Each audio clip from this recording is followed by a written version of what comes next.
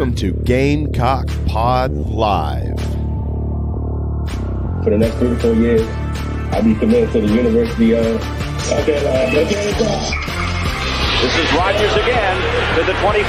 15, 10. Rodgers scores! Jackie Bradley Jr. delivered for the Gamecocks. Lost it up, looking for Kelly. Touchdown! Can you believe it? And South Carolina is sending shockwaves through the SEC.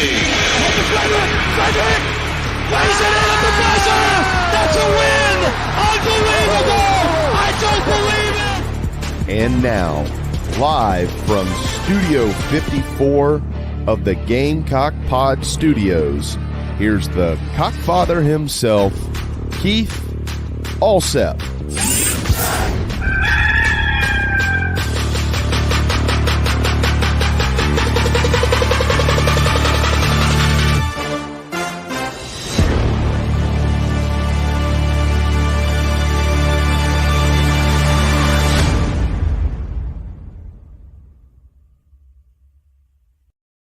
All right, everybody, welcome into Gamecock Pod Live for October the 9th, episode number 1592. And we have a great show in store for you today. In just a couple of minutes, we will be joined by our good friend from thebigspur.com, the man himself, John Whittle, who covers Gamecock football, men's basketball, baseball, soccer, you name it. We're going to try to get Whittle's take on 3 sports today, not just football and the debacle that was the Ole Miss game. But hey, there's fall baseball going on with head coach Paul Maneri. There's recruiting going on right now, led by Terry Rooney and Monty Lee. And men's basketball, the season will be here before you know it. And Lamont Paris could be poised to pick up a commitment any time now. And he has a really strong athletic team. So we will get into all of that with John Whittle. And then we will be joined by Jordan Kaye from Go Gamecocks and the State, and we will dive deep into really all things about South Carolina and Ole Miss, and then look ahead to what is going to be a really pissed off Alabama team on Saturday. Today's show is brought to you by the award-winning full-service catering company servicing the greater Charlotte, Fort Mill, Rock Hill, Lancaster area. I'm talking about Nana's Porch, your go-to for all your catering needs. Whether it's a banquet, a wedding, a corporate event, a big backyard bash with a whole hog barbecue, whatever the occasion, Nana's Porch has got you covered. So I strongly urge you to support this Gamecock-owned and operated business by going to nanasporch.com. That's NANASPORCH.com. Okay, and get in touch with my good friend Chris Payne. Tell him the Cockfather sent you. They are already booking into 2025 for a lot of events, so be sure to get in touch with them as soon as possible. And now, for the first time, you can purchase and have shipped to your doorstep Nana's Porch award-winning pimento cheese. All you have to do is go to the website. Up at the top, you'll see the menu. Click on pimento cheese. It'll take you to a hyperlink that says click on this link to order Nana's Porch pimento cheese, and you can pick out which flavors you want, the award-winning smoky jalapeno and the award-winning great regular flavor. You can get one of each. You can get 2 of either one. You can order more than that. But Gamecocks have no more home games in October. Order some. It is a great addition to any watch party spread. And in November, make sure you order as well for a great addition to your Gamecock tailgate. Craig, 11 days without power. We've been praying for all the folks that were in the path of Hurricane Helene, and it looks like Central Florida is getting ready to just get devastated with a hurricane that could have 180 mile per hour wind. So, Craig, thank goodness you got your power back. Bud, we're really excited for you to get your power back.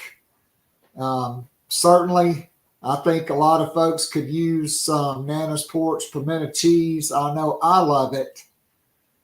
You can order it. It's good.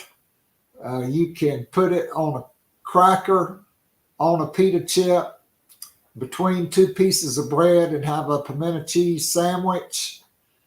However you like it. Again, go to nanasporch.com. That's NANASPORCH. Well, hold on. Yeah, .com. William dropped a comment about sardines and saltines, and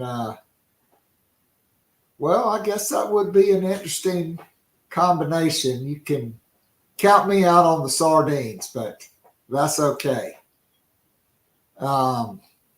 So certainly our thoughts and prayers are still out for everybody in Western North Carolina, especially, which was just devastated, flattened.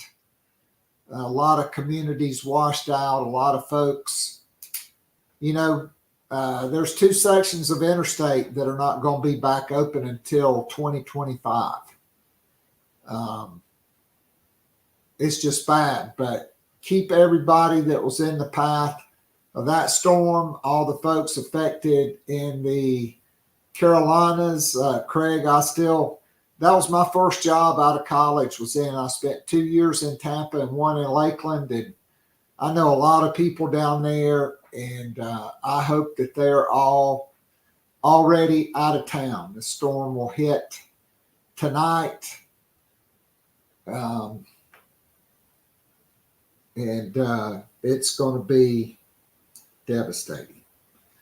All right, so let's, as we wait on our good friend John Whittle to arrive, let's jump in to a couple of recruiting notes. So Shane Beamer over the weekend issued not 1, not 2, but 3 welcome homes.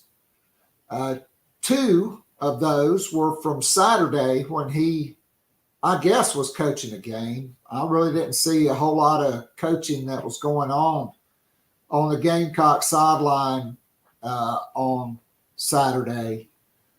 But those were for Malik Clark, who I've said since the summer I thought was the most important recruit on the Gamecocks recruiting board.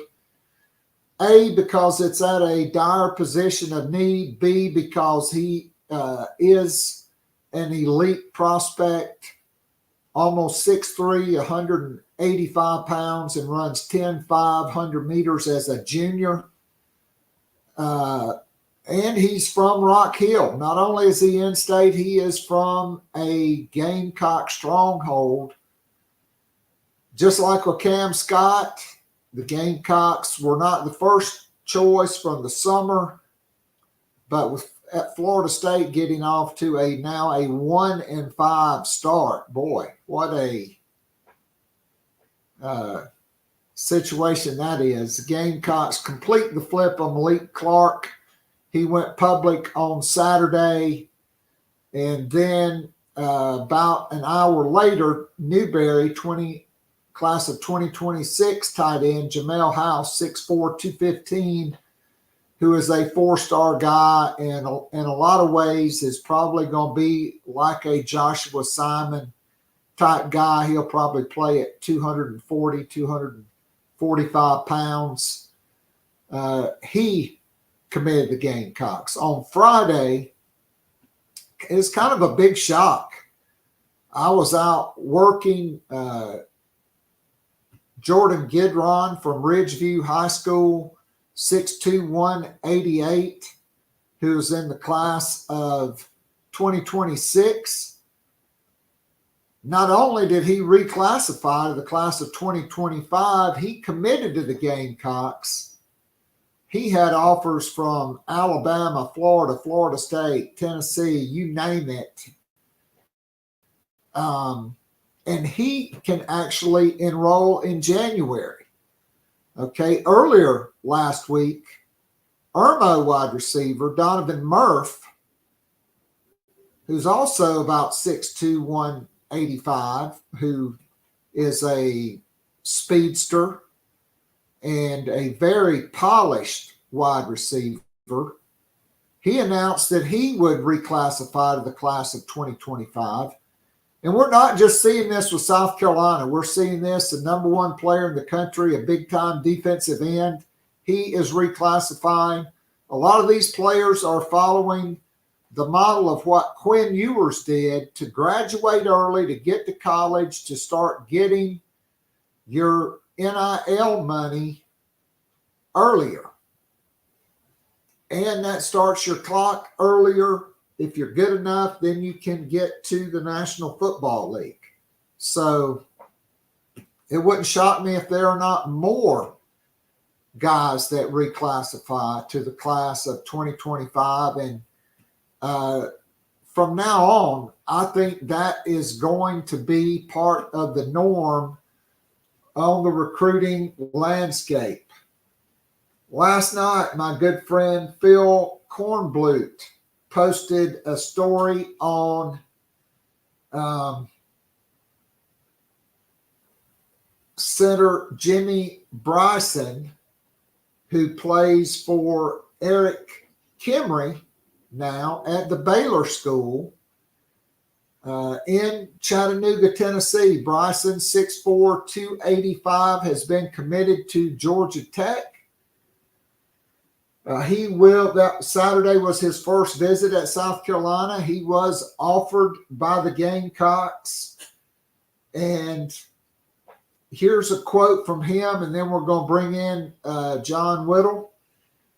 He says, South Carolina needs a center in this class, and hopefully I can be their guy. I liked everything about it. I love the energy from it.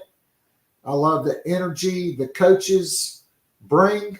I thought it was a special place to be. I love Sandstorm.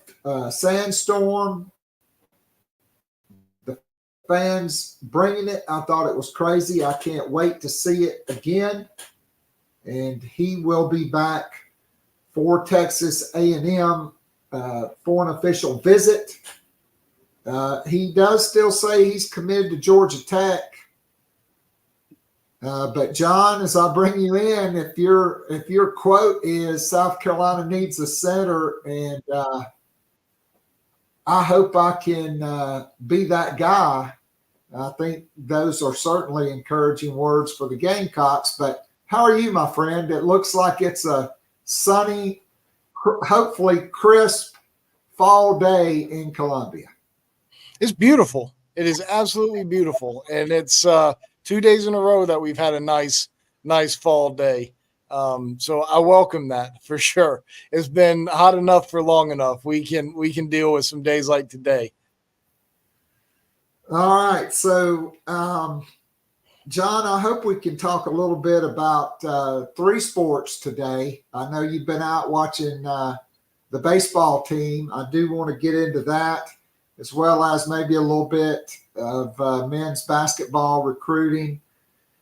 But first, just your thoughts on South Carolina's, I thought, lackluster performance on Saturday against Ole Miss. Lackluster is probably very fair. You could probably go stronger and with that if you wanted to. It was just hugely disappointing and honestly caught me off guard. I thought the defense played well enough. I mean, certainly they weren't perfect, but I thought they certainly played well enough. And, I have felt like over the first 4 weeks of the season, you saw growth, maybe not huge growth, but at least some growth every game over the course of the first 4. And typically Shane Beamer's teams have done pretty well coming out of bye weeks and have looked better coming out of bye weeks. Now they lost last year to Florida coming out of the bye, but they scored 30-something points, 33, 36 points maybe against Florida last year, and were better offensively coming out of that bye week. So I just thought that the trajectory on offense was going in the right direction, and boy, those guys fell flat on their face. And that took me off guard. I mean, obviously, Dowell Loggins has his detractors, has his issues, but I thought that I was encouraged by the way things were going. I did not expect that face plant at all. So. We have seen in college football, I feel like more this year than any other, that this is a week-to-week sport. And, you can look great one week and terrible the next and vice versa. I don't know if South Carolina is going to be able to go from terrible last week to incredible this week against a pissed-off Alabama team. That seems a little far-fetched for me. But I guess we'll see. Guess we'll see here in a few days. But it was disappointing and it was just disappointing, really disappointing.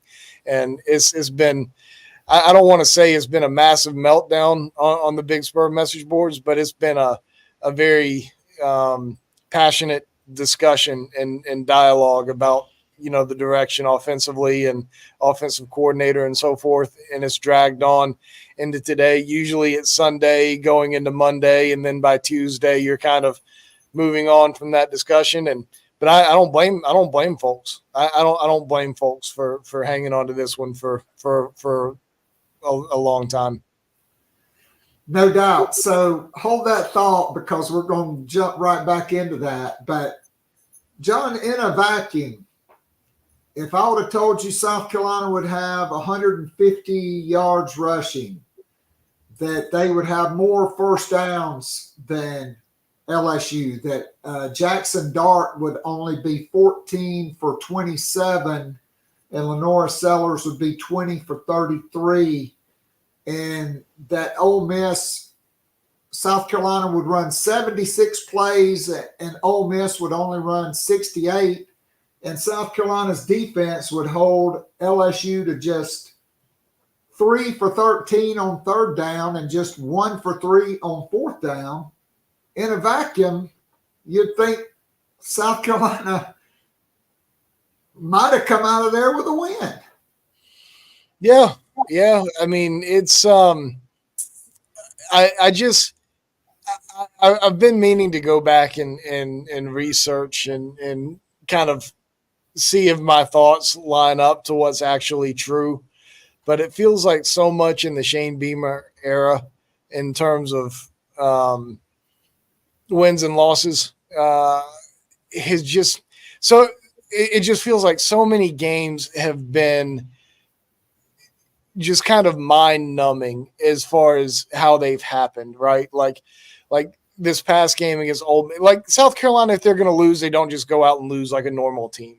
They don't just go out there and play a good game and lose. Like very rarely does that happen. There's always some kind of just, it feels like so often there's just some kind of something out there, whether it's your offense that's been improving for so long can only put up 3 points, or whether you have a defensive end who's trying to throw a touchdown pass in the red zone, or you need a pick six to to beat Jacksonville State.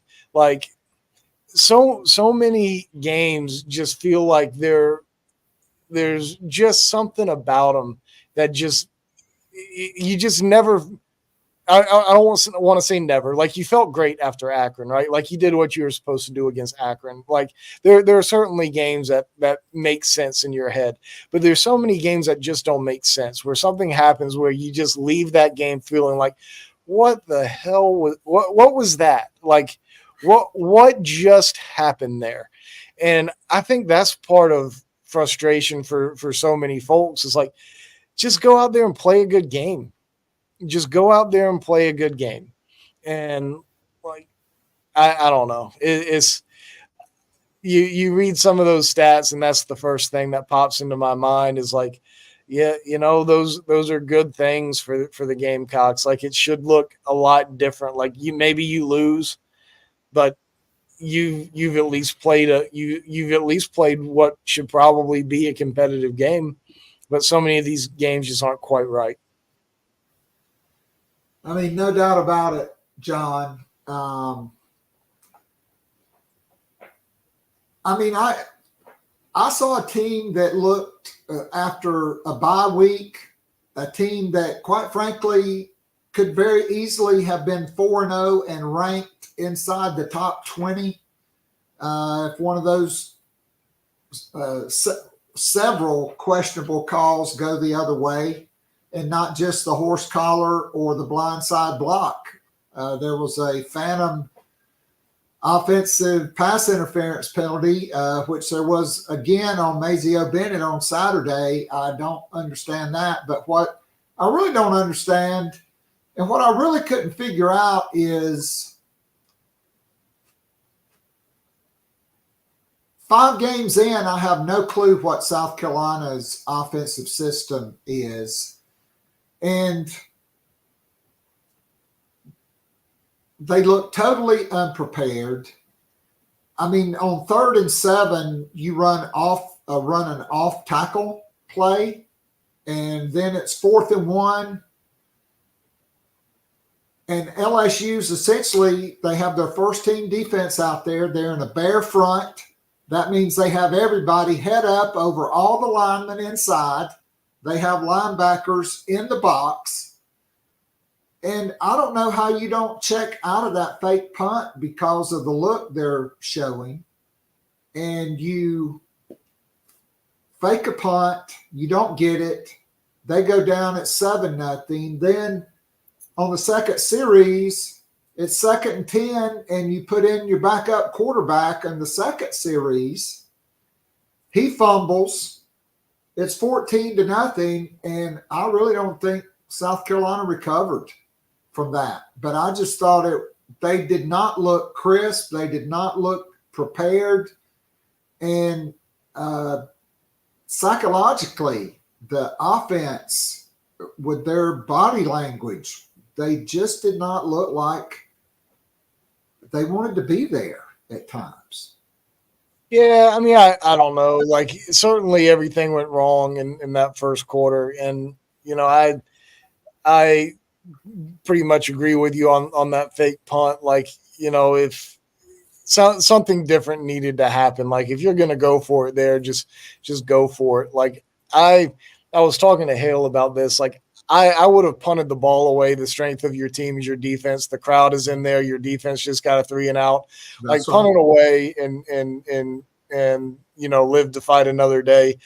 But like if you're in the school of thought that Ole Miss is going to score points, and you've like all we talked about, all anybody talked about, I don't want to say we, meaning just me, all anybody talked about was how Kentucky was able to beat Ole Miss because they kept control of the football.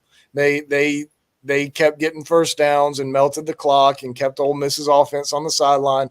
So like if you're going to subscribe to that theory and take some risks to try to stay on the field, that's one way to approach that. But, that play obviously wasn't going to work for the factors that you mentioned. And if it's 4th and 1 or 4th and 2, like, trust your offense to go for it. trust your offense out there instead of the guys you had blocking versus the guys that they had going against them. And, so I would have punted. So I'm not saying I wouldn't have punted, but I can kind of understand the side of we want to see if we can keep this ball on offense and go. We don't want to we just got a 3 and out. We don't want to fall behind on possessions because we don't know how many of those we're going to get. So I can kind of get that train of thought, but I'm with you there. And then that fumble obviously was stacking those two things on top of each other. That just sucked a whole lot of life out of that stadium, which is understandable. And Ole Miss was able to capitalize, and all of a sudden you're down 14-0, at the snap of a finger. And I don't know. I don't know if I can't say that they were unprepared. They ran 3 plays and then a fake punt, and then they ran 3 more plays and fumbled. So, they didn't play well. I don't know if it was unprepared. They just played like crap. And, and that's not to put it on all the players. Like, your coaches have to put you in the best spot to succeed.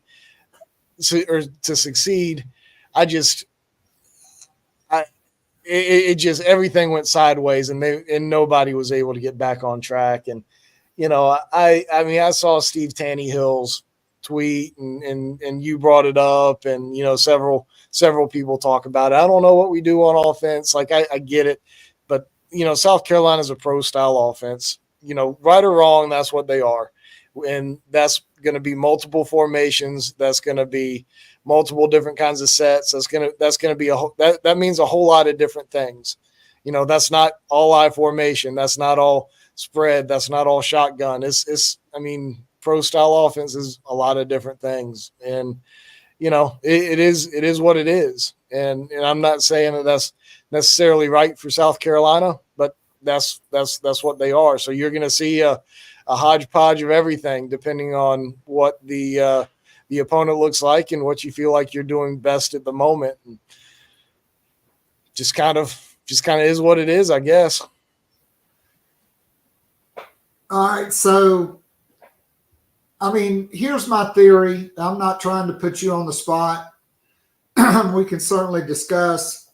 Clearly, I think Dial Loggins was hired to try to encourage Spencer Rattler to stay another year. He was an NFL guy.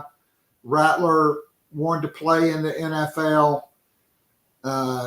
They sold him on Dial Loggins, preparing him for the NFL. He had a hell of a season last year. The team really didn't. That really was not Spencer Rattler's fault, that there were no offensive tackles and not really much of a run game, and that he only had one wide receiver after Juice Wells got injured. But Rattler acquitted himself very well as a Gamecock, and I do think Dial Loggins was good for him. And it looks like next week he could get his first opportunity to start in the National Football League as a rookie for the New Orleans Saints. And I think he is an NFL quarterback. But I don't know if you're committed to guys like Lenora Sellers and Robbie Ashford, who are dual threat quarterbacks, that Dial Loggins has never run that. And he can talk about being at Arkansas with Matt Jones and Darren McFadden and Felix Jones. They did not run very much option football. It was mostly I formation, and I still remember being in Fayetteville in 2007 when I think they ran for 2,007 yards in that game. And they tricked South Carolina with their fullback because he had normally been the fish, so to speak. They knew whichever way he was going, that's where the play was going. And Houston Nutt had the wherewithal to change it up, and they just ran wild on South Carolina. I still remember Brad Lowen telling me about it.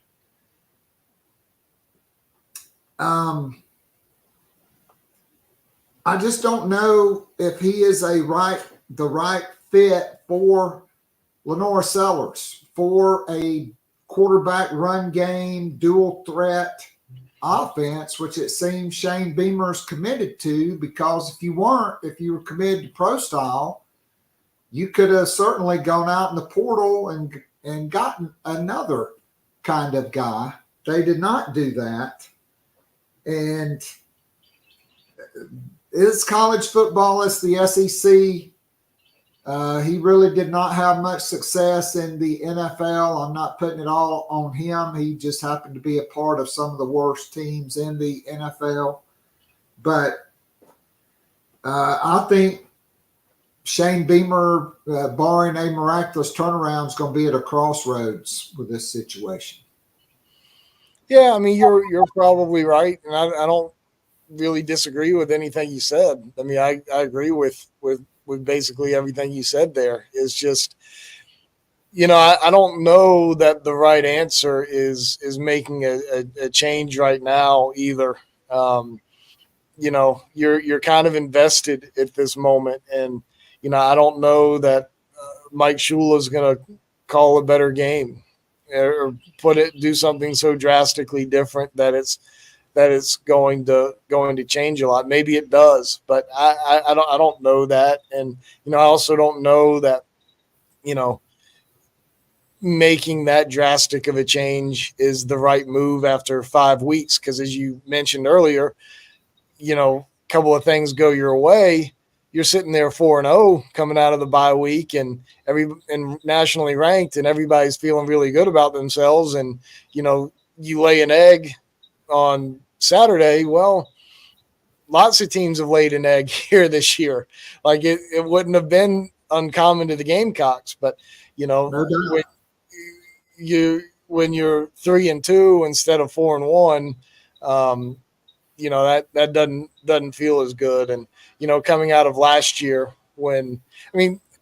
there are very few people who believed in Dow Loggins totally to begin with. Right. So when he was hired, and then after last year, like, you got to win some fans, man. And really hadn't won really anybody over just yet. And folks are looking to turn on them if they haven't. And, I don't know. It is a difficult situation. I don't think that right now is the time to do anything drastic. You got 2 more games here and then another bye week.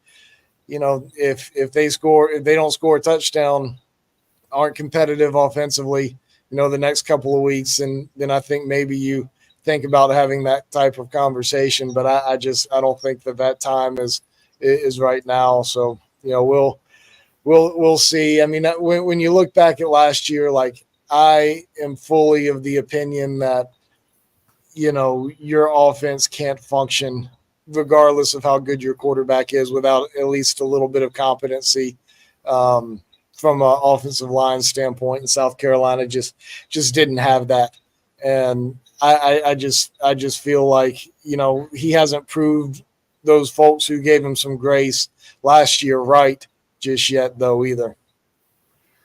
And so, John, that's a segue right into my next question, which is the offensive line. I don't think it's a great secret that there was definitely some people who wanted Shane Beamer to make a change at offensive line coach. At one point, it looked like it was going to happen. It did not happen. Lonnie Teasley, for better or worse, has been South Carolina's offensive line coach for every game except about 3 games of the Shane Beamer era. Year 4 with what should be better players. Through 5 games, 22 sacks, 6 sacks on Saturday, and John, 4 of those 6 sacks were against 3-man pressures from Ole Miss. That's dead last in FBS. 46 tackles for loss allowed, which again is dead last. And you got a guy in Sean Elliott who historically I would say is one of the top 3 offensive line coaches in the history of South Carolina football in the modern era, at least since I've been keeping up with it. He's coaching the tight ends. I mean, at what point do you figure out this? He's a great guy. He is an excellent recruiter. Sure, he knows football, but the production is just not there. I'm probably more critical than anybody else. I've said I think Shane Beamer is probably the only person that follows Gamecock football that doesn't understand Sean Elliott probably needs to be the offensive line coach. Yeah, and I certainly see where you're coming from, and that's not something that I can argue. Like you, one of us is wrong, and it's probably me. I was thinking that Adkins coached the whole first year, and then his second year was when he started having those health issues, and so I was thinking that Teasley's been the offensive line coach for basically 2 seasons worth of games now. But it may you may be right. It may be the whole Beamer era, but I feel like. I'm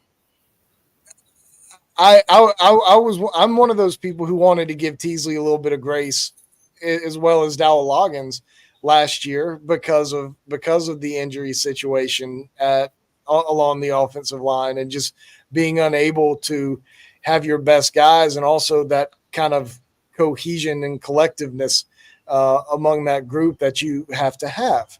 So I wanted to see what this year looked like, and with having more talented players and giving them an opportunity to be healthy. And those guys have stayed healthy. I mean, those guys have played almost every snap. And like, you go back into preseason practice and that second scrimmage, they had this starting 5, and they kept that starting 5 through basically the entire scrimmage together. And it's been that way. So it's basically been this starting group of 5 offensive linemen since the middle of August, right? And now we're sitting here on October 9th. They played October 4th or whatever day it was. I mean, that's a long time to be together as one group. And as I see it, I'm not going to pretend to be an offensive line guru, but as I see it, most of the mistakes they make are from a communication side of things and not from a physical side of things. I personally think that they're a little bit limited physically in what some of those guys can do. But I feel like most of the mistakes that they are making are from a communication standpoint and not a physical standpoint. And like that to me is the biggest issue. And it's one thing if you're having to shuffle offensive linemen in and out every week because guys are hurt or can't play or whatever. But these guys have been together since the middle of August as that group, as first team. And, that to me, that's the biggest indictment right now on Monty Teasley and the offensive line is that, to me, in my only somewhat educated opinion, that's the issue, and that's not the issue that you want to have being the issue. I mean, no doubt. I'm still wondering, what's going through the minds of Tree Babalade and Trevon Ball, and certainly at this point, Ball and Anderson. When you look at the play of Kamar Bell, who I think, JC and I have had some conversations about this. I don't understand why he is still out there. I would like to see, other than the second half of the Akron game, what one or both of those guys could do to improve the interior. But I mean, there are certainly a lot of issues on the offensive side. All right, so let's switch gears. I do want to talk about Gamecock baseball. Obviously, there's been a flurry of commitments. Terry Rooney and Monty Lee tweeting out. I love Monty's tweet, Cox on top. Those guys are getting after it.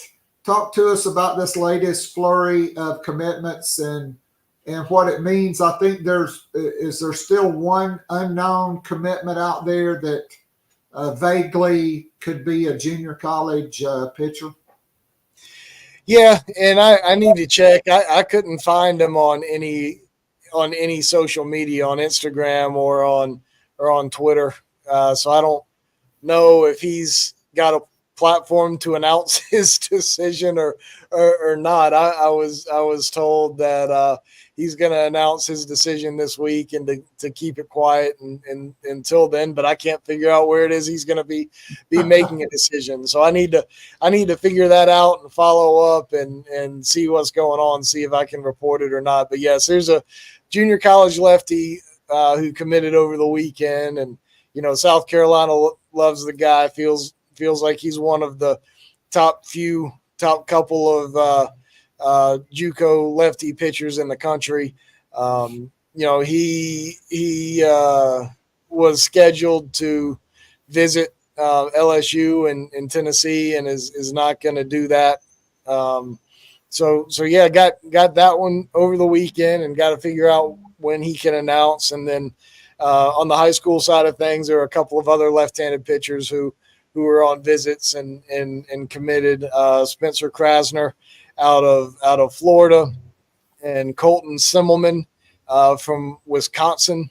Actually, both of it. I think it's just a coincidence more so than anything else. But all three of the guys who committed this past weekend chose South Carolina over LSU, or LSU was one of their finalists. Auburn was also in there for Krasner, and there was another SEC school or two in on Simmelman. So South Carolina's gone toe to toe with some pretty big schools to get some of these left-handed pitcher commitments, and that was one kind of area of weakness that South Carolina's had here recently, including this year, going into this year. Was kind of the amount and talent of the lefty pitchers. So they're addressing those needs, in upcoming classes. All right. So talk to us about the team, the approach of Paul Maneri, because I'm just intrigued by what practice looks like, because it looks like every day they're just playing baseball. How much drill work is being done? Do they have specific days set aside for that, or maybe the first part of practice? And then, from the comments I read, he just wants to play baseball every day and no Saturday scrimmages in the fall. He said he wants his guys to be college students and enjoy college football. What's it looking like out there? Yeah, I mean, it's a little bit different. I mean, it's not a ton different, but with you're right. Like he does want his guys to have Saturday off to go to football games. Now they are scrimmaging Air Force the last Saturday of this month, but that's a bye week for the football team. They are practicing on a couple of Sundays, so they don't have like the entire weekend off every weekend, but they've got most every weekend off during the fall. So, which I know is nice for the guys. That being said, they go hard Monday through Thursday. They do practice a little bit on Fridays, most Fridays, not all Fridays, but most Fridays. But they go real hard Monday through Thursday. They have optional work on the field starting around 1:00. And then practice kind of gets going about 2 or a little bit after, with ton of ground balls, ton of pop fly priority. They've got BP and base running on the field. All of that. They've got stuff going on in the cages too. And then about 4:00, depending on the day, about 4:00, they start getting after it on the field and scrimmages. So, they go for about 5 hours every afternoon, and there's a lot of scrimmaging, but there's also plenty of drill work too. Outstanding. So what have you seen from this team? Who are some of the newcomers that have impressed? Maybe some returning guys that have made a jump. Yeah, it's a good question. I think they've scrimmaged about 18 innings so far. So they've basically, even though they've scrimmaged every day, they've basically played enough innings for 2 games, right? So that's not a huge sample size, obviously. Now, I will say that there are a couple of guys who have jumped out at me who I maybe weren't expecting enough of, or my expectations were a little bit too low for so early. But Ryder Garino and Cooper Parks, a couple of freshman pitchers who I thought probably needed a little bit more time, had a little bit more projection versus like immediate polish, immediate impact ability. Like those guys have both pitched awesome twice. They pitched last weekend, this week already, and both of those guys have been really good. So those are 2 guys who kind of jump out to me immediately initially. From a position player standpoint, in terms of freshmen, KJ Scobie is really good offensively. He's got some power. He's learned a little bit under Monty how to go the other way some. He's been solid for the most part. He had an error yesterday, but been solid for the most part defensively over at third base. But he's a guy who I can see starting this year, most likely at third base. But Talmadge LaCroix's made a huge jump from last year for whatever reason, and I don't know what that reason is. I mean, there's a lot that's changed for him, right? Like, he's best friends with Cole Messina. Like Cole's gone. Like and he's moved into that catcher position. I don't know if he just feels more comfortable at catcher. I don't know what the deal is, but he hit a home run yesterday in the scrimmage, and I think he's got 10 at bats, maybe 11 at bats. He's got 3 home runs this fall. He hit 3 home runs in 62 games last year. Like I don't. He's done really well, and I don't know why it's clicking for him right now. Maybe it's a hot streak. Maybe he's a 3 home run and 62 game guy go like in the season. But right now he's doing really well. He's catching well. He's hitting well. He's been really impressive so far. Matthew Becker was as good as I've ever seen him. He's got a little. He's got some kind of funky changeup that he's throwing now that is just making some hitters look foolish. I think he throws again today. He threw I think the 5 hitters last week and struck out 4 of them. But he was somebody who really caught my eye. Henry Kazmer's gotten more hits, the Ohio State transfer, and trying to win that starting shortstop job. He's got more hits than anybody on the team. There's been a lot of good out there. There's really only been 1 or 2 guys who you put out there and they just kind of look overmatched right now. And those guys are freshmen and weren't necessarily supposed to be somebody right now. They're kind of guys for the future, I guess is a best way of saying it. Like they weren't supposed to be those dudes right now, and they haven't looked like that. So, but most of these guys are out there really competing and really are showing something. All right, so Craig in the Nana Sports chat box wants to know who else gets access to the scrimmages besides you, and then how has Eli Jersenbeck looked? Well, all the scrimmages are free and open to the public. So go on out whenever you want to. I'd like to pretend that I'm special, but I'm not. Anybody can go out there, so including you, Craig. So come join us. But as far as Jersenbeck goes, he's only thrown once, and I'd be lying if I said I thought he threw great.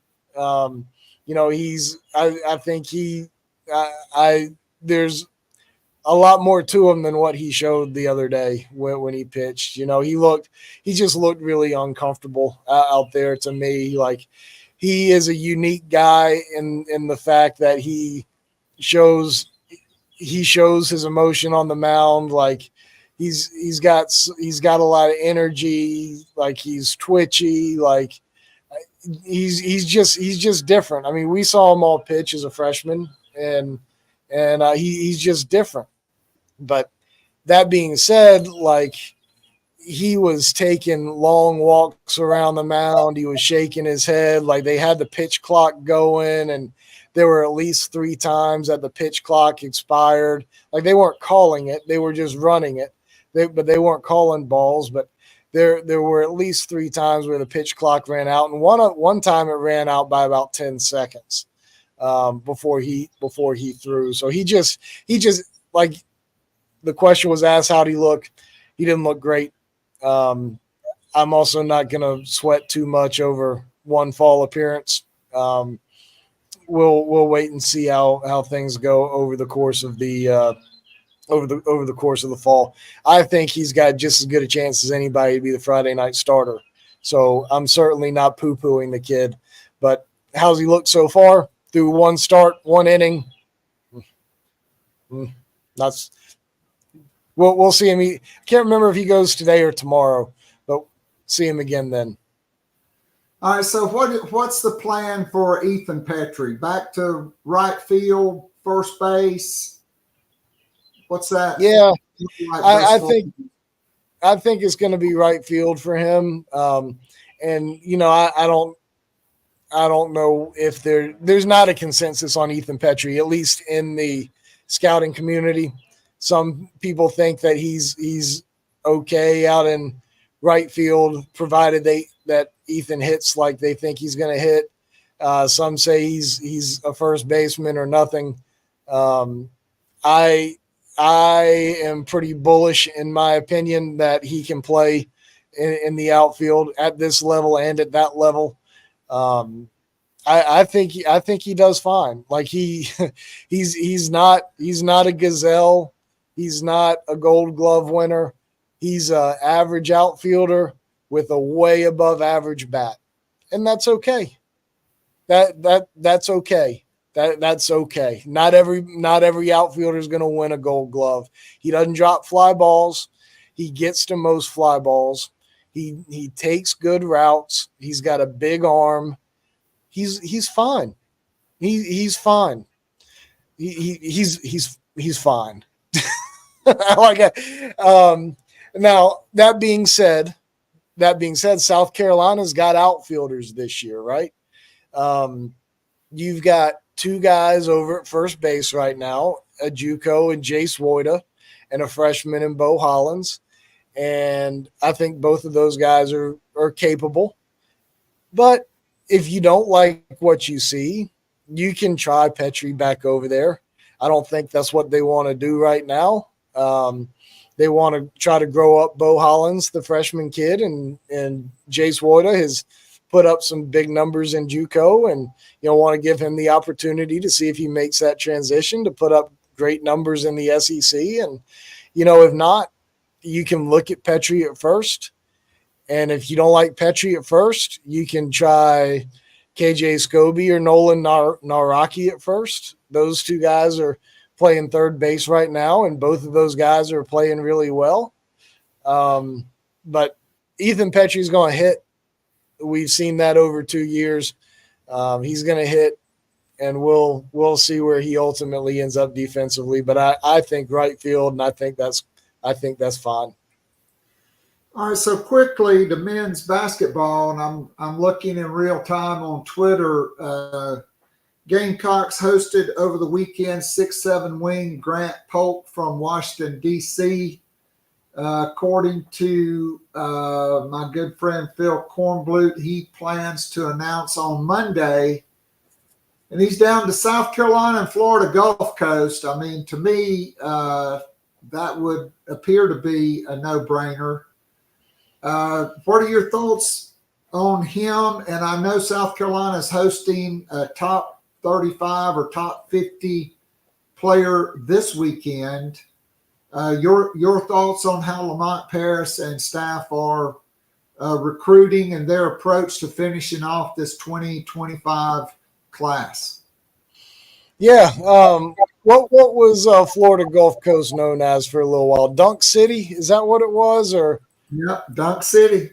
yeah. So I don't think Dunk City is going to be the place. But I guess we'll find out next Monday. I spoke with Grant last night for a while, and he had a great trip up here. He decided to shut the recruitment process down and not take any other visits, even though some other schools were wanting him to do so. And I feel pretty good about South Carolina. I mean, he told me that he's got to finalize his decision with his family here in the next few days, and he told me last night that it would probably be later this week or first of next week. So I guess he's told Phil Monday. So I mean that is kind of in line, but yeah, I mean the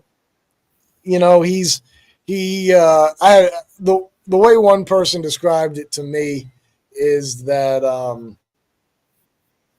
Dalton Connect is going to open doors up for players like him. And what that meant was an offensive player who can really, really score, can really, really shoot, has struggles maybe at the defensive end or from a physical standpoint, and you just work with them and get them there. And, I'm not going to say he's going to be Dalton Connect. That's an SEC Player of the Year, first-round draft pick. I'm not projecting that, but that's the kind of player that he is. He's an offense-first guy. He is a shooter, and you take him and you coach up his shortcomings and make him into something much better than what he is with one elite skill set. All right, so I know we're pressed for time, so I'm just going to ask one question. Hopefully we can get you back in a couple weeks after that scrimmage in Memphis for St. Jude's. I'm pretty sure that is a doubleheader.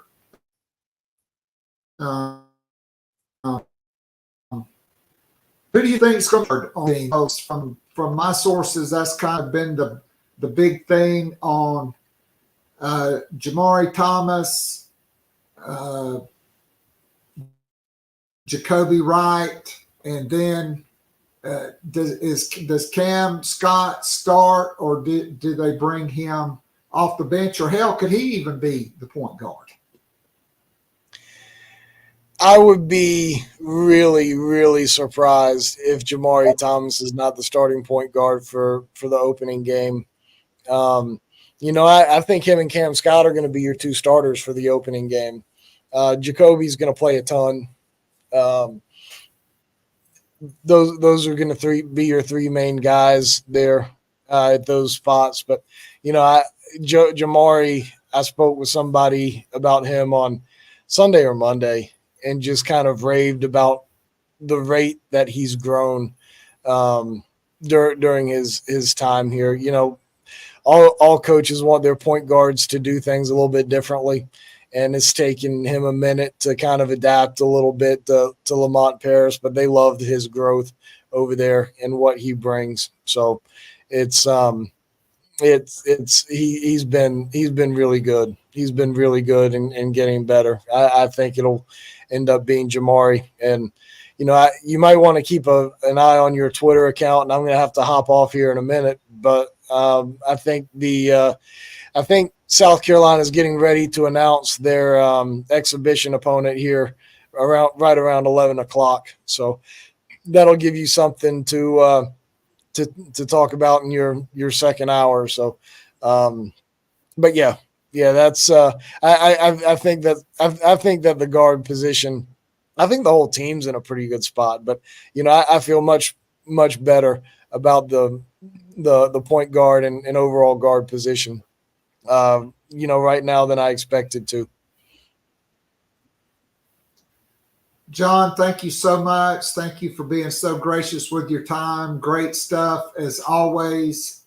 And we'll look forward to every one of your articles on baseball, men's basketball, football, soccer, equestrian. I don't think there's a sport that you don't cover, and you excel at everything you do and have done since 2007. So thank you so much for being on. Yeah, And, I got to mix in. I got to mix in a little bit more softball. So yeah. But I appreciate that. I'll always enjoy coming on and cutting up with you a little bit. Sorry, I was a little bit late, but I'm glad we got to spend a little bit of time. So appreciate you having me. Absolutely, and we'll look forward to catching up with you down the road and talking more Gamecock men's basketball. John, be well. Take care. Appreciate you, Keith. Take care. Yep. All right, and now we go from John Whittle to another J. It's the J&J show today with Jordan Kaye from Go Gamecocks and the State joining us. Jordan, how's everything treating you in the capital city? Great. Thanks for having me, Keith. Thank you for coming on. So I kind of wanted to drill down and talk about the debacle that was South Carolina's lackluster, to say the least, performance against Ole Miss. Really, to me, inexcusable with 2 weeks to prepare. There's a lot to unpack, but let's just start with your general thoughts, because I have told John this. If you would have just known that South Carolina ran 76 plays, they ran for over 150 yards on the ground. Lenora Sellers was 20 for 33, and Jackson Dart was only 14 for 27. And Ole Miss was 3 for 13 on third down and just 1 for 3 on fourth down. Those are all encouraging stats, but there really was nothing encouraging about Saturday's performance, particularly on the offensive side of the football, and the early decision to go for the fake punt and not checking out of it, because it just was not there. I don't know how you're not on the headsets. If you can't see it from the sideline, you got probably 8 or 10 people up in the press box telling you, hey, they're in a bare front. The middle is not going to be open. We need to check out. And they didn't, and it was all downhill from there. Yeah, it's when you in the games after a bye week, you want to see bad trends go away. And all that happened against Ole Miss is all the bad trends that we had seen through the first 4 games of the season were just put on display. It was the silly penalties that were always kind of in the back of your head of, okay, this can't happen. Well, that happened. It was the fumbles. Those were a big problem, and South Carolina had some pretty good fumble luck against Kentucky, or that game might have gone sideways. That happened with Robbie Ashford. It was the offensive line not being able to hold up, which is now given up more sacks than any team in America. So that didn't work out. It was the inconsistency just from the quarterbacks and the wide receivers. Nothing looked like it was easy. Everything was hard. They weren't throwing the ball downfield. It was everything bad that could happen. The defense giving up a big play. It's the secondary is very good for about 90% of the game. But, man, there's a couple plays every Saturday where they're not clicking. And teams just beat South Carolina in that. And it stinks because it's like, DQ Smith on the one. It wasn't even his fault, but he gets the Juice Wells to fumble out of the end zone. O.D. Fortune, nice recovery on one to get the guy down in the red zone, which leads to a field goal. I mean, there are some bright moments from the secondary. Jalen Kilgore had a fantastic day. The fourth down stop he made was superb instincts, great tackling, all of that. Nick Emanwari, I thought, had a solid day. There was a lot of good, but, man, when you watch some of these receivers who are 15 yards past anyone. You see Juice Wells had a couple where Jackson Dart just missed him. It just makes you want to rip your hair out. Yeah, I thought O'Donnell Fortune was susceptible to he's always been susceptible to the double move. They went after him. They got him on the double move. I do think Judge Kilgore was outstanding in coverage. I can't remember. I really couldn't see on the film, even on the replay, if it was Vakari Swain or if it was Emery Floyd, but they appeared to slip down on that play where Juice Wells crosses the field and catches that pass. And then, it's sad, but that's really for Gamecocks and particularly Gamecock fans, that's one of the highlights of the game. Even though you give up like a 65-yard play, you punch it out and not allow him to score a touchdown, which was some measure of satisfaction. But I can go back to the first series. Like it's 3rd and 7, you run off tackle. You don't get it. You just got a 3 and out, despite the fact Kyle Kennard jumped off sides again. Okay. Yeah. If you're going to go for it on 4th and 1 because you want to mimic what Kentucky did by staying on the field for almost 40 minutes in that game and keeping Ole Miss off, keep your offense out there. But don't be so stubborn and arrogant that you're not going to make it and you go for it anyway. And then I didn't understand bringing Robbie Ashford in on your essentially 5th offensive snap of the game. Yeah. And you throw it right back and it's 14-0. I mean, what is Dow Loggins thinking? What is he doing? What does South Carolina do on offense? Because I sure as hell couldn't figure it out. No, I agree on the Ashford part of don't bring him in that early. I mean, let Lenore Sellers develop some rhythm. Heck, there's no way they could have even gotten through their offensive script. It was like 5 plays. But I didn't want to harp on that part too much because I actually thought it was a good idea at some point in the game. I think Robbie Ashford showed enough against Akron to say, hey, he deserves to get the ball in his hands a couple times a game. And I didn't want to, lament that decision because I thought it was kind of a good idea. But I agree with your point. Don't do it 5 plays into the game. I think that's a fair assessment. But when we talk about the offense, this is so confounding because I can't quite figure out like who is to blame here. Because is it all on Dow Loggins? I mean, I agree the scheme was lackluster to say the least. I mean, there just wasn't much creativity. There wasn't many shifts, not many motions, very little window dressing. And you start looking around like what is different about this? But there were plays where like Lenore Sellers just missed his guy, like completely just missed his guy. And that can't happen. And I think the offense might have looked a little bit better on the stat sheet if he just hits Gage Larvadane for an easy touchdown. Or I think there was a first down. I can't remember who he missed, but I mean, it looked like he was just throwing it out of bounds, but the guy was wide open. I mean, there's the Jared Brown. I think you tweeted that he tripped over a grasshopper. That would have been a first down. I mean, there are some of these plays where it's just like the guy's got to execute. And then, I mean, the big one, though, is the sacks. Like, and even that, I don't know if is necessarily all on one person because I think there were a couple times Sellers just held the ball too long, was almost just looking to downfield.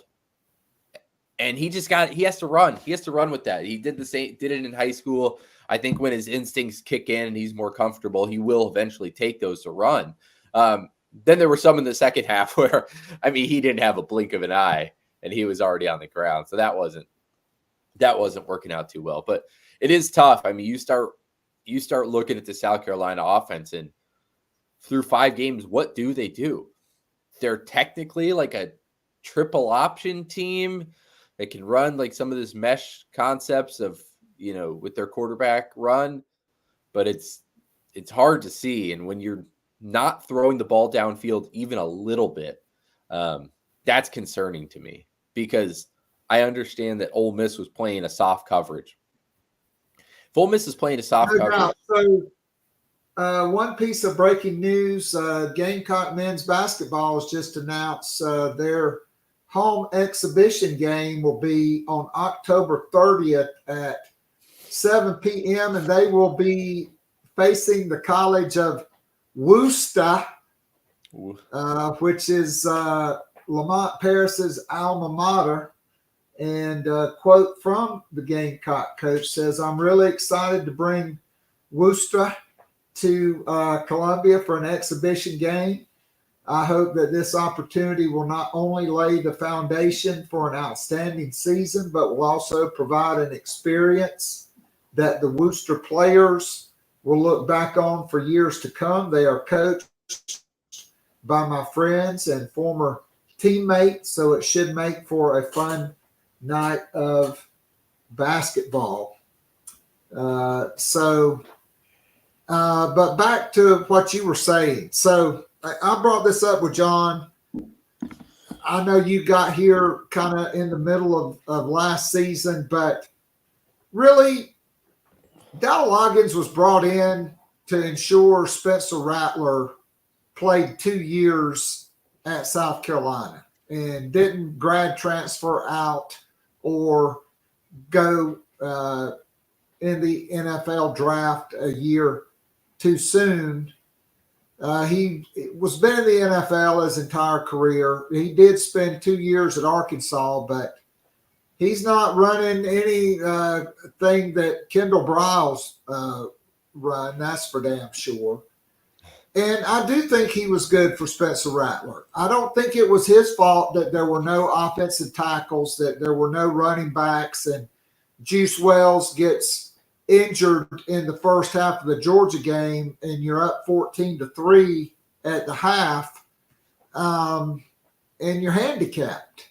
Now, the defense certainly didn't help you out in that Florida game coming off a bye week when No. all you have to do is make an open field tackle on 4th and long, just 1 out of 2 times, and you win the game, and you couldn't do it. But I just don't know if he is when you've committed to dual threat quarterbacks like Lenore Sellers, like Robbie Ashford.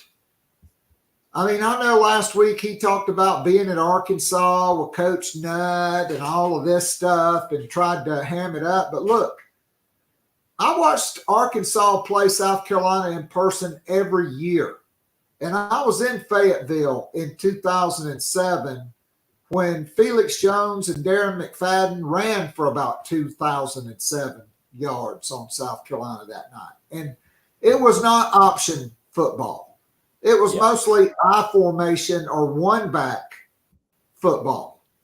And I just don't know if Lenore Sellers isn't a pro style offense is the right thing for South Carolina right now. Quite frankly, probably Sean Elliott's the only guy that knows how to run a college offense outside of Mike Furry, who's done it as a head coach at Limestone.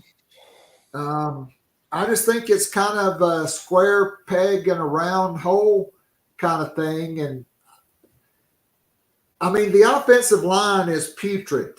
I mean, my friend Brad Crawford, National College Football writer for 24/7 Sports. South Carolina is dead last in FBS in sacks allowed in 5 games, 22 sacks, dead last in tackles for loss allowed.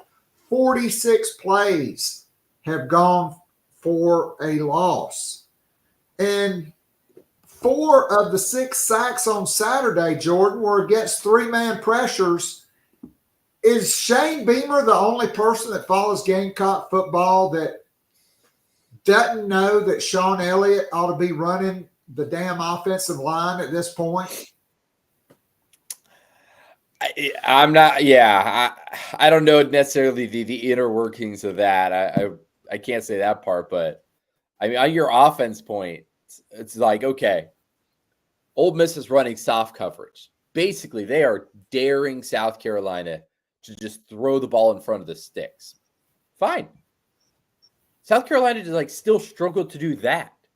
I understand the point of give what the defense, or take what the defense gives you, but South Carolina wasn't taking any of it. And so I think a good offense would be so good taking that stuff, getting first downs in front of the sticks or whatever, breaking a couple tackles, that eventually things start to open up. And all of a sudden, Ole Miss has to transition their defense a little bit, and you can get those deep shots. And it was just there was no change at all.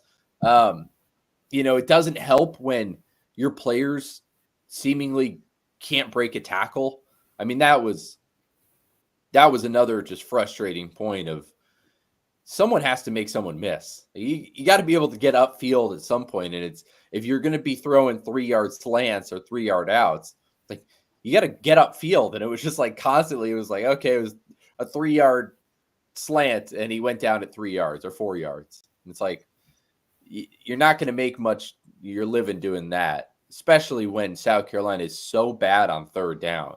And I think a lot of that comes back to your negative plays you're talking about.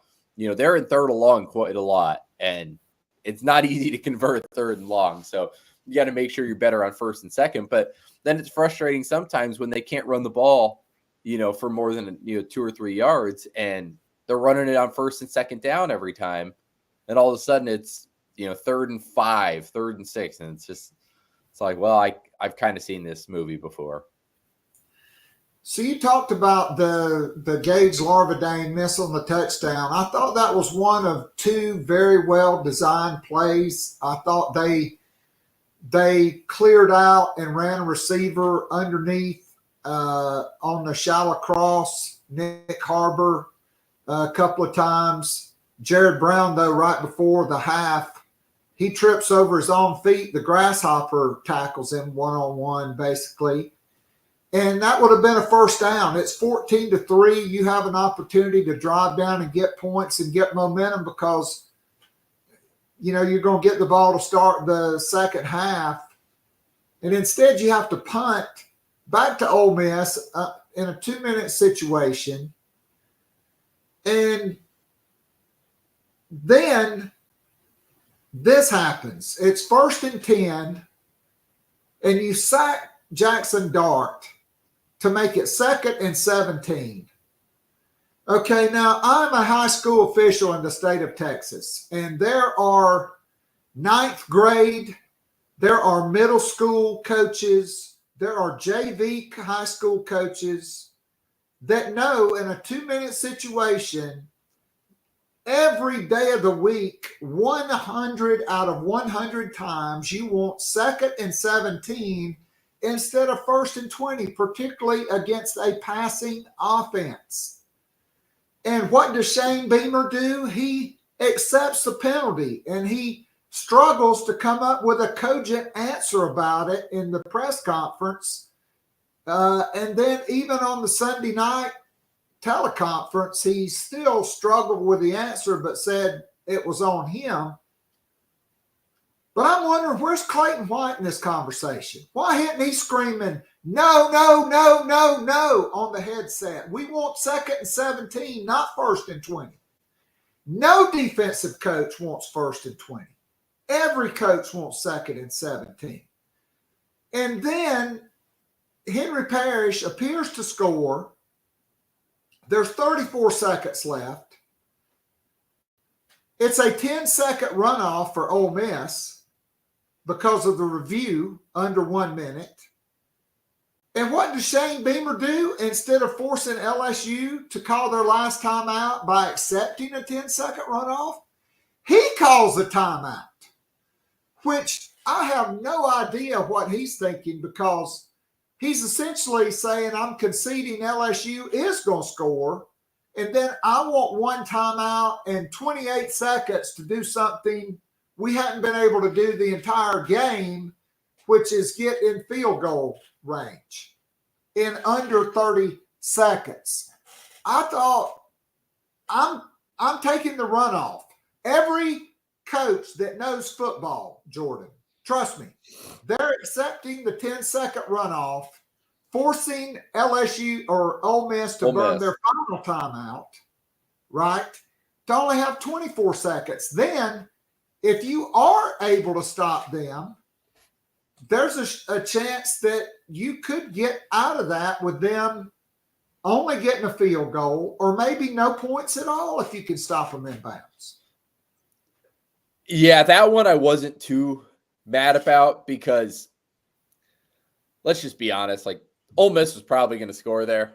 Like it doesn't really matter what was going on, but I see your But as point. a coach, you can't have a mindset of conceding.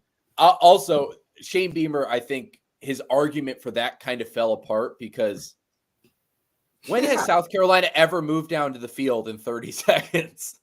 Like, this is not the Kansas City Chiefs. That part was tough to think because I'm like, that's a great thought. Hey, we want 30 seconds and a timeout. But I was like, when has that ever happened? When have they ever gotten 50 yards in 30 seconds? Like that, it's just not going to happen. Probably against Tennessee 2 years ago. Okay, great. So, yeah. Especially when you're not going to throw it down the field. It's just like, and then I think they came out like run the ball up the middle. And it was like, what? This is the plan? So I agree with that part. And I see your point is, hey, make Ole Miss burn their last time out. That's going to really limit them. They're probably not going to want to run the ball because they want to make sure they have enough time. And all you really need to do is stop them 1-2 times, and then they got a field goal. Totally see that point. I think the other one, I'm curious your thoughts on this. I didn't understand for the life of me, and I thought it was but like the worst call by far, just in terms of like where the game was and no excuse. How are you going for a 38-yard field goal on 4th and 4 in the second half when you're down 21 points? You are turning a 3-score game into a 3-score game. It was 4th and 4, maybe 4th and 5. I mean, it wasn't 4th and 15.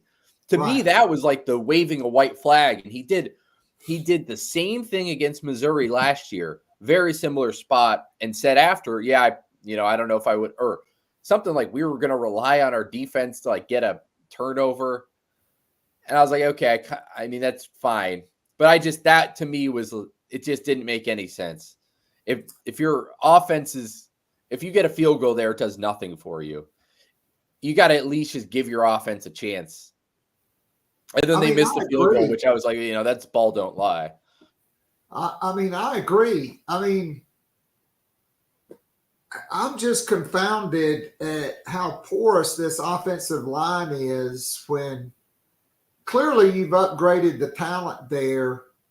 I mean, 4 of 6 sacks, and look, all credit to J.J. Pegues, who scored 2 big man touchdowns, and he was disruptive. Walter Nolan, we know, is a 5-star guy. But, I mean, they were without their best pass rusher, Princely, the guy that transferred from Florida. They had multiple guys go down either legitimately or not legitimately during the course of the game. And so all of their studs were not out there on every third down or on every passing play. I don't understand the offensive philosophy, and I thought it was a gamble to put all of your eggs in the basket in today's age of college football with a redshirt freshman quarterback who basically played against Furman and ran the ball against Vanderbilt, which this year is clearly not the Vanderbilt of even last year. Yeah. The one thing on that point, I mean, Dow Loggins, there were a lot of critics. And if you go back and watch that press conference when Shane Beamer hired him, he was very defensive of that hire.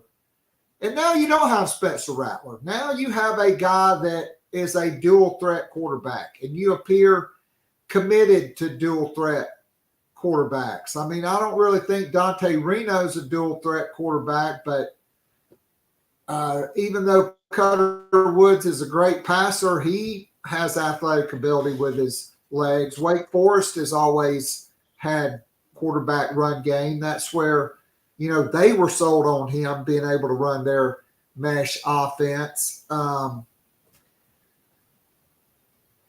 the offensive line on top of it, this is just a precarious situation to be in your fourth year, coming off a losing season, even though, quite frankly, we could have been talking about a 4-0 team that's ranked in the top 20 that laid an egg on Saturday. But now you're 3-2, and you're getting ready to face a very pissed off Alabama football team, which I thought was going already the most unwinnable game on the schedule when you looked at it. Yeah. How do they regroup? Because I think Oklahoma is beatable. I mean, you saw that Auburn game. Auburn basically gave them that game. I mean, I'd rather South Carolina would be going to Auburn on Saturday than going to Tuscaloosa. I mean, how do they get out of this funk from the Ole Miss game? The first thing I'll say is I agree with you in terms of you can't put all your eggs into the basket of a redshirt freshman. I think the revisionist history, though, like I know South Carolina was trying to go after a lot of quarterbacks. Like very few of them look very good this year. I will say that. I mean, you start going through the names of like who South Carolina was offering. I mean, not very many of them are like awesome. Malik Murphy at Duke is not revolutionary. Brock Vandegrift, he looked good, I guess, against Ole Miss, but not unbelievable. The AJ Swan kid who went to LSU, not playing. I mean, there are a lot of these guys where it's like, I can't believe South Carolina didn't take a quarterback. It's like, I don't know that many of them would have like won the job. I agree with the competition part, but it's not like any of these dudes are, up for the Heisman by any stretch of the imagination. So that part is a little, kind of is looking better, I guess, as the year goes on when you just see what everyone else did. But then how does this get better? It just has to get simplified to something. I mean, they have to just figure out their identity. What is this offense? Who are your playmakers? Who are the guys you can trust? And how do you get those guys in the right spots to succeed? I think there just needs to be, I don't know, a couple things that they can do well and just keep doing them over and over again. And then at some point you have to find someone that you trust to just not have a 50-50 ball intercepted. Maybe it's Vandravius Jacobs, someone who you can throw a 50-50 ball to, and at worst, it's going to be incomplete. At best, it's caught, you're hoping at least pass interference, but you've got to at least take a shot or two. Do that. And then I think Lenore Sellers just needs to get the green light to just run. Just have the clock in his head. It can't be 3 seconds. It needs to be like 2. It's kind of interesting when you watch Lenore Sellers on replay.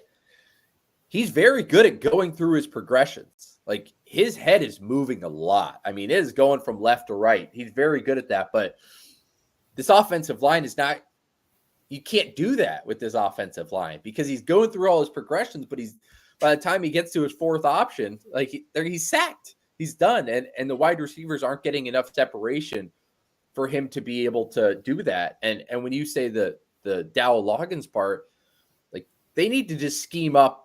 Here's your first, like one or two reads where it's just like this guy run, this guy run. And instead of him going through surveying the entire field. Yeah. Because he doesn't have enough time to do that. So he needs to just have one or two guys. And it's either you're throwing this to this dude or you're running.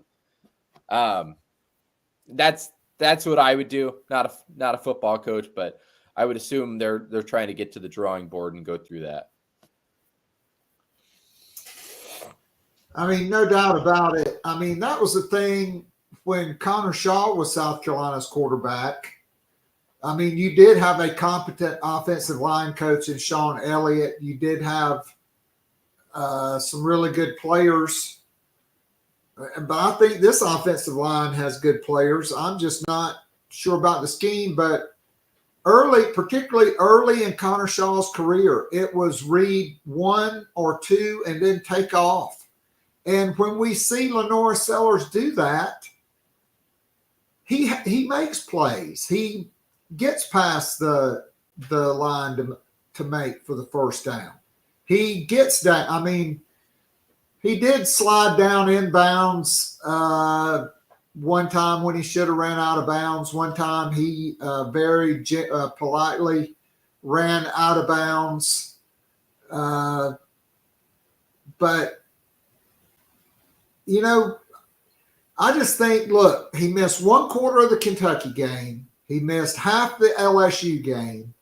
And then he missed all the Akron games. So going into last Saturday, he had missed 7 of the 16 quarters of football South Carolina played this season, which is a lot for a guy who's trying to get the game to slow down as a starting quarterback.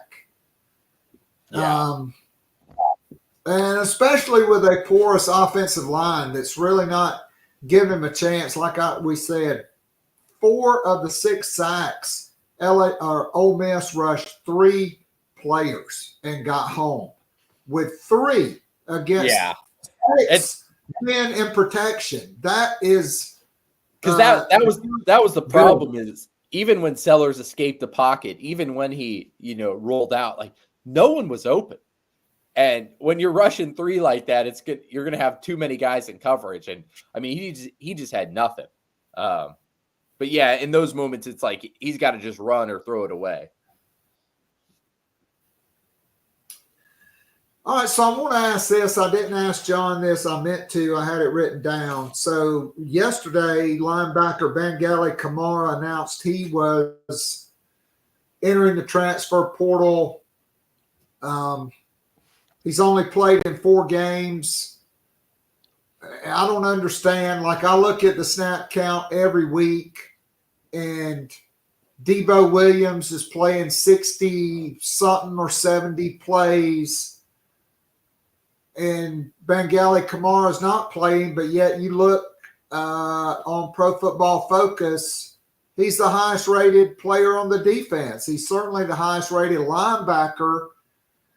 And to me, this is a Clayton White problem. Look, I'm not taking anything away from Debo Williams or Bam Martin Scott or Demetrius Knight. But this guy was a playmaker at Pitt. He was a starter at Pitt. And he plays 30 plays against Ole Miss, and that gives him 70 reps through 5 games. I don't understand. But why a guy that's, when he's been on the field, has been extremely productive, not getting more of an opportunity. And so, quite frankly, I do understand his decision to want to redshirt when some of those guys are going to be gone, or just to say, hey, peace out. I'm going somewhere where I can get on the field. Yeah, I mean, I would have to know the discussions because in my head, he's been playing more and more every week.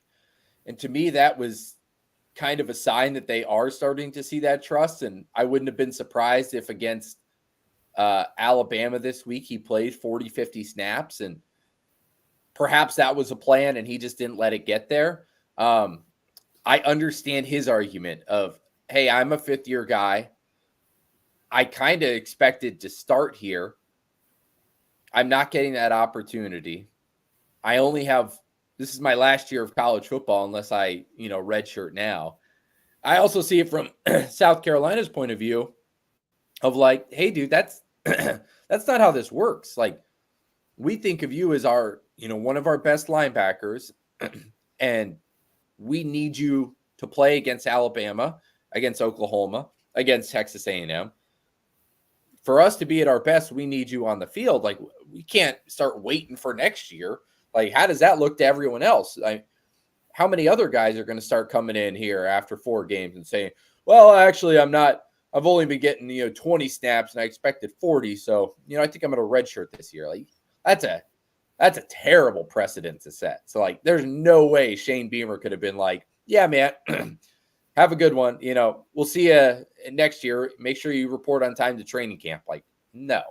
So I get it from all sides. I don't think it's right. And I think that he would have gotten plenty of good film over the next 7 weeks and didn't get that opportunity. I can understand it from his point of saying, I only got one more year. I need to start. And I get it from South Carolina. It's like, we're not letting you do that, man. I mean, look, I totally get it. I see that, but I don't understand up until this point the lack of opportunity, because it's not like he doesn't know what he's doing, because he has been extremely productive. And I've mentioned this multiple times after looking at the snap count. Some of those guys are playing too many plays. And if depth is a strong point, why isn't he getting at least 20 or 25 or 30 plays per game? I mean, he got 30 plays. Ole Miss, that was almost half of Ole Miss's offensive plays on Saturday. I think if that's the case in every game, and he's got 150 plays under his belt instead of less than half of that, it's a different conversation. I mean, I do think South Carolina still has quality depth, so now we're going to get more of J.R. Johnson, who has looked good when he's been out there. So you're going to get a young player, more plays to get him ready for next year. Mo Kaba is going to get more plays to help him shake the rust off to get ready to potentially be a starter next year. I mean, he did announce, hey, I got 3 years. If I want them, I'm coming for my spot. So now that's more opportunity for him. But, I mean, look, that's not as bad as UNLV's quarterback, his agent saying, hey, my guy's market value's gone up. You need to pay him more. And this dude was playing at freaking Holy Cross, okay? And all of a sudden, you're undefeated and you want to pay him. He wants more money, or he's sitting out redshirting. Yeah, I mean, to me, that is, I mean, I think we just have to accept this is the new age of college football. I mean, we saw it last year with Xavier McLeod, who wanted to redshirt. And then he ends up transferring to Georgia, even though South Carolina's 30 miles away. You know, he grew up at Camden. But as long as it's an isolated incident, that's one thing. If a lot of guys start bailing, I mean, I wanted to get to this is, to me, one of the things that I felt was known about Shane Beamer going back to his first year was he was instilling the right type of culture in his program. And I do think South Carolina has a good culture. But 5 games in, I really wonder about the lack of discipline, because teams take on the personality of the head coach, and you get what you tolerate, okay? Whether it's in business, whether it's as a parent, or whether it is as a coach, you're going to get what you tolerate from your players. And right now, South Carolina is the most penalized team in the Southeastern Conference among all teams that have played 5 football games, 41 accepted penalties. Now, I think we can agree there have been some very questionable penalties that have been called, particularly offensive pass interference penalties. The one against Mazeo Bennett, I still don't understand what that guy was seeing, or even the one against LSU that negated a long play to Dale Von Campbell.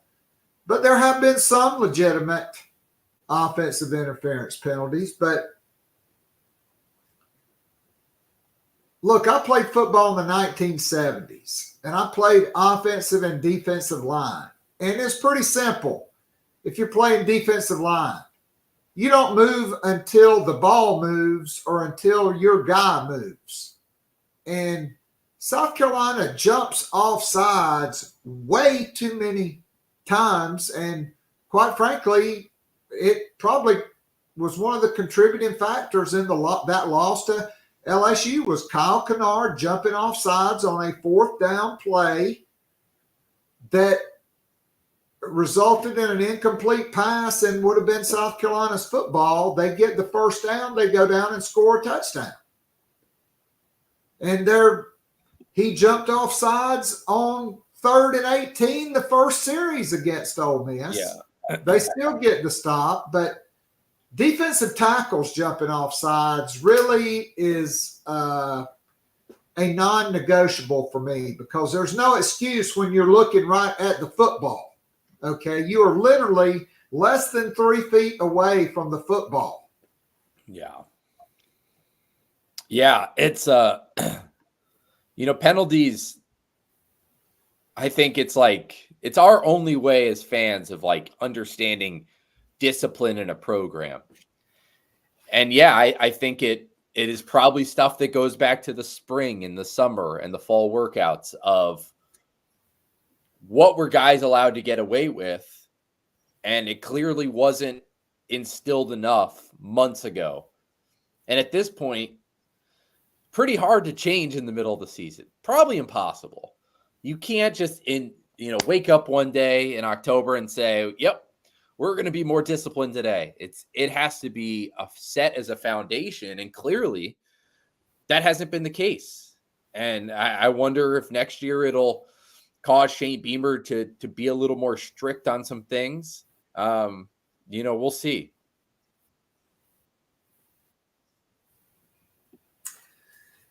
I mean, no doubt about it. So, Jordan, have you spent any time watching any fall baseball, or have you just been on the football beat? Been on football, yeah. I'm not worried about baseball quite yet. But. All right, so I do want your thoughts because I thought, to me, there were several guys that stood out on defense. I thought Judge Collier, like you said, Nick Eamon-Warry, DQ Smith. I thought Dylan Stewart played well, extremely well. Yeah, I did too. Three tackles for loss, a sack. But the taunting penalty on Jackson Dart, when you're losing 27-3 at that point, I thought was pretty inexcusable. He is a young player, but basically doing the pump shotgun on a guy while he's standing over him while he's on the ground. You have to know that's going to be a penalty. Well, then it's a penalty. So then it gets called a penalty, which perhaps one of the dumbest penalties of all time. Come on, dude. You've got to be smarter than that. That's fine. But fine. He did a mistake. He's 18. Whatever. Then he does it again. And that part just drove towards his teammates. Just drove me insane. If I'm a coach, that's the part that I think is hard to excuse, where it's, some people are like, well, it's just a kid making a mistake. Then he made the same mistake again. That part was tough. I got to get out of here in a minute, but yeah, that just drove me insane. And I know Shane Beamer had a good, the quote was good. He was like, we're not going to tar and feather him in 5 points. He made a mistake. I don't condone it. I thought it was a great message because you got to keep confidence in Dylan Stewart. You also can't just bash the kid who's in your locker room. With the transfer portal too, you got to be very careful. If we got to make sure this kid knows I'm for him. You can't go out and say that's the worst. I can't believe what this kid just did. So I thought he handled it fantastic. I thought he gave a really good quote of, we're here for Dylan. We know what type of kid he is. We've talked to it. We handle it. We gave him discipline, but it wasn't right. And I was like, okay, that's a great. I thought it was really well how Shane Beamer handled it. But yes, Yeah, one of I mean, his they penalties. pulled him out for a Yeah, series or so. He is a young player. But to your point, I agree. I mean, I think we're on the same page. I mean, it's just not that penalty. It's false starts. It's holding. It's interior defensive lineman jumping off sides. It's the repeated offensive pass interference for blocking before downfield before the ball is caught. You know, the only way that's legal is if the ball is caught behind the line of scrimmage, which South Carolina doesn't run enough quick game, particularly against Ole Miss when that's what they were giving them.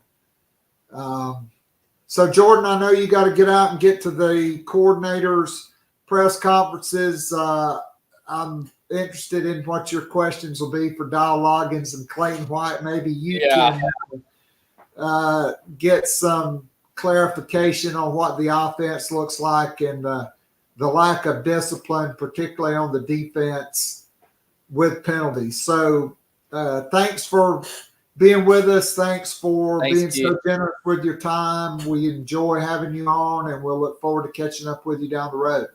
Sweet. Thank you, sir. Bye. All right. That was Jordan Kaye from Go Gamecocks and the state, and the impeccable John Whittle.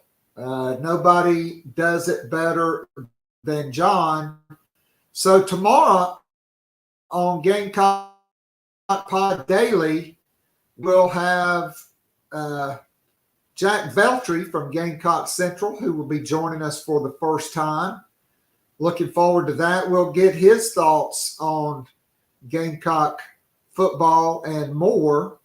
So if you like the podcast on YouTube, give us a 5-star review. Click the like button. If you're not a subscriber to the YouTube page, click subscribe.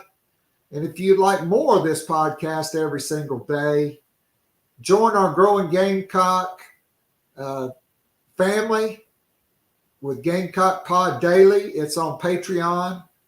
You can go to patreon.com/Gamecock Pod Daily, all lowercase, no spaces.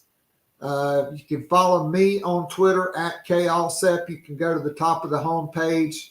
Well, it's X now. Or you can follow the podcast at Gamecock Pod. Go to the top of the homepage.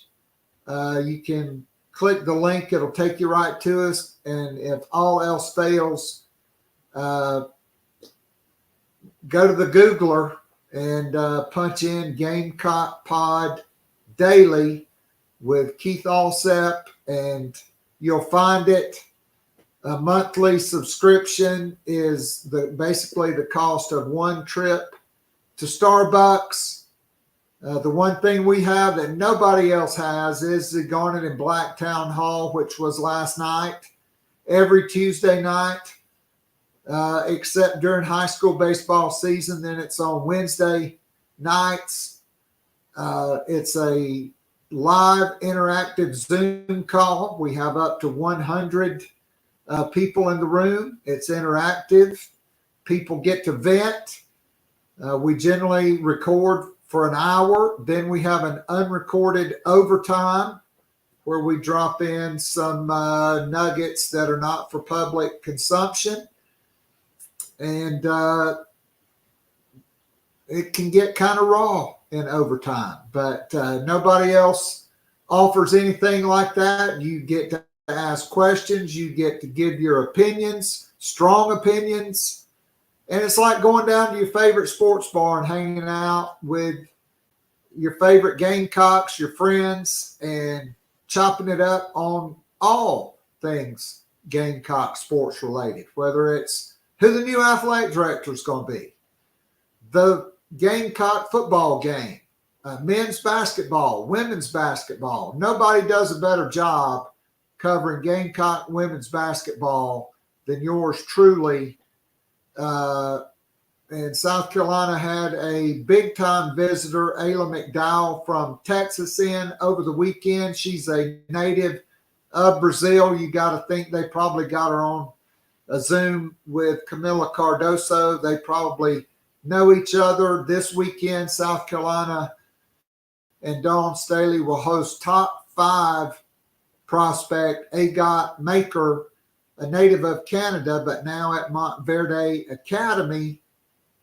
She's got one more visit at the end of October to UConn. But South Carolina, when they really want somebody, Dawn Staley's philosophy is, I'm not even bringing them in on a football weekend. It's going to be all about them, all about our program. Agat Maker is that player, and I'm not calling it, but I think South Carolina has an outstanding opportunity here late to add 2 or 3 big-time high school prospects. Craig, you have a great day. To my man, glad you got your power back on. Thanks for getting in with us, and thanks to all of you who've listened live. Thanks to all of you who will listen on Spotify, Apple Podcast, or on iHeartRadio. This is Keith Alsep. This has been Gamecock Pod Live for October the 9th. Only 8 more episodes away from episode number 1600. This was episode number 1592. We'll be back next week with Gamecock Pod Live. I'll be back tomorrow and Friday for Gamecock Pod Daily. We'll be back next week on this free show on YouTube. Same bat time, same bat channel. Until then, this is Keith Alsep saying God bless all of you. Go Gamecocks. And until next week, I'm out of here.